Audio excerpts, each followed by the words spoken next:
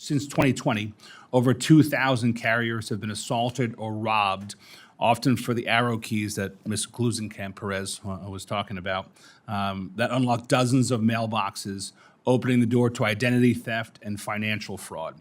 Shockingly, and this is crazy to me, a mere 14% of those incidents wind up becoming prosecuted. In one case, a carrier was robbed at gunpoint, and the criminal got just 30 days. I think the safety of our postal workers shouldn't depend on geography or a prosecutor's discretion like that. It must be a national standard backed by serious consequences. Ms. Hull, are you aware of the Protect Our Letter Carriers Act, H.R. 1065? Yes. I'm a proud co-sponsor of this legislation that would strengthen postal workers' safety by funding secure replacements for those arrow keys. It would increase penalties for assaults on carriers, and it would require each U.S. Attorney's Office to designate a prosecutor to address the current 86% non-prosecution rate.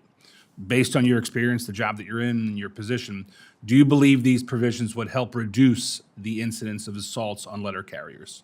It seems that they would. I don't, I haven't analyzed the legislation to that level, but we have big concerns as well. We have more than half of our staff is law enforcement, and we work with the inspection service on many of the cases that we start. Oftentimes, we're not sure at the beginning of a case whether it's an external or an internal or both that have collaborated on committing criminal activity. So we're supportive of the inspection service and in its efforts to prosecute these cases. Great. I'm a little biased. I sponsor the legislation, so I think it will help.